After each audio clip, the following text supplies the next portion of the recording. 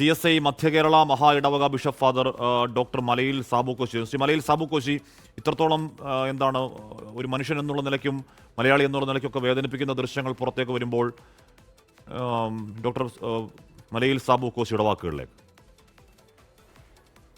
ഇത് സഭ ഗൗരവമായി തന്നെയാണ് കാണുന്നത്. ഇന്ത്യയിലുള്ള ക്രൈസ്തവ സഭകൾ എല്ലാ സംസ്ഥാനങ്ങളിലുമുള്ള ആളുകളെ കരുതുന്നതിന്, വിദ്യാഭ്യാസം എത്താത്ത മേഖലകളിൽ വിദ്യാഭ്യാസത്തിനുള്ള സൗകര്യങ്ങൾ എത്തിക്കുന്നതിന്, ആതിര ശുശ്രൂഷയിൽ പങ്കുചേരുന്നതിന്, പാർശ്വവൽക്കരിക്കപ്പെട്ടവരെ ചേർത്ത് നിർത്തുന്നതിനൊക്കെയാണ് ക്രൈസ്തവ സഭയും ക്രൈസ്തവ മിഷണറിമാരും പ്രവർത്തിച്ചുകൊണ്ടിരിക്കുന്നത്. മിഷണറിമാരെന്ന പേര് പറയുമ്പോൾ പലരും പറയുന്നത് ആളുകളെ കൺവേർട്ട് ചെയ്യുകയാണെന്നാണ്, മതം മാറ്റുകയാണെന്ന്. അല്ല, സഭയുടെ പ്രവർത്തനങ്ങൾ എന്ന് പറയുന്നത് ജനങ്ങളുടെ ആവശ്യങ്ങളിൽ വേദനിക്കുന്നവൻ്റെ വേദനയിൽ പങ്കുചേരുന്നതാണ്. ഛത്തീസ്ഗഡിൽ കന്യാസ്ത്രീകളെ ഇപ്രകാരം തുറങ്കലടച്ചത് അപലപനീയമാണ്. ഛത്തീസ്ഗഡ് ഗവൺമെൻറ്റും കേന്ദ്ര ഗവൺമെൻറ്റും അടിയന്തരമായി ഇക്കാര്യങ്ങൾ ഇടപെടണം.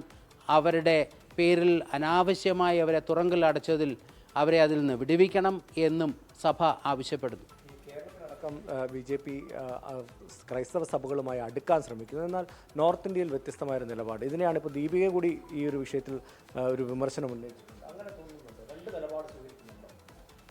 ഇത് സിറ്റുവേഷണൽ എത്തിക്സ് ആണ് പലപ്പോഴും നടക്കുന്നത്. കാരണം ഓരോ സ്ഥലത്തും ഓരോ സാഹചര്യം അനുസരിച്ച് രാഷ്ട്രീയ പാർട്ടികൾ നിലപാടുകൾ എടുക്കുന്നു എന്നതാണ് ഈ കാണുന്ന ഒരു സാഹചര്യം.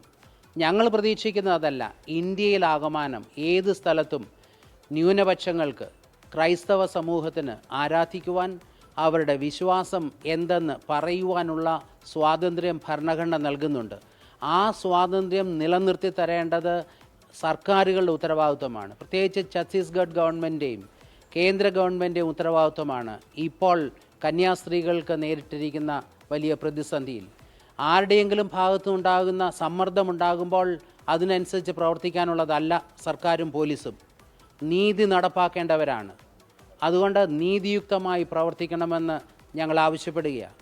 അതോ മതപരിവർത്തന ബിൽ എന്ന് പറഞ്ഞുകൊണ്ട് ആരെയും തുറങ്കലടയ്ക്കാനുള്ള ഒരു വടിയായി ആളുകൾ അതിനെ ഉപയോഗിക്കുന്നു എന്നതാണ് ഏറെ ഖേദകരമായ കാര്യം. സഭാ നേതൃത്വം ഈ കാര്യങ്ങളിൽ വിമർശനം ഉന്നയിക്കുന്നതിൽ ഒരല്പം ഒരു മിതത്വം കാണിക്കുന്നുണ്ട്. അതുകൊണ്ടാണ് ഇങ്ങനെ വീണ്ടും വീണ്ടും ആവർത്തിച്ചത്. ശക്തമായ നിലപാട് സ്വീകരിക്കാൻ മടി കാണിക്കുന്നുണ്ടോ ഇതിൽ?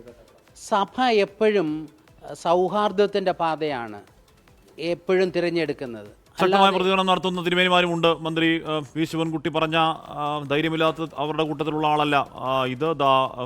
മഹാ ഇടവക ബിഷപ്പ് ഫാദർ ഡോക്ടർ മലയിൽ സാബുക്കോശി സംസാരിക്കുകയായിരുന്നു. നേരത്തെ യുഹാനോൻ മാർ മിൽത്യോസിന്റെ പ്രതികരണം നമ്മൾ കണ്ടതാണ്. ലോകത്തെവിടെയായാലും ഏത് സമയത്തും 24 വാർത്തകളും ഓഗ്മെന്റഡ് റിയാലിറ്റി പാക്കേജുകളും എക്സ്പ്ലെയിനറുകളും വിശദമായി കാണാൻ ഞങ്ങളുടെ യൂട്യൂബ് ചാനൽ നിങ്ങൾക്ക് സബ്സ്ക്രൈബ് ചെയ്യാം.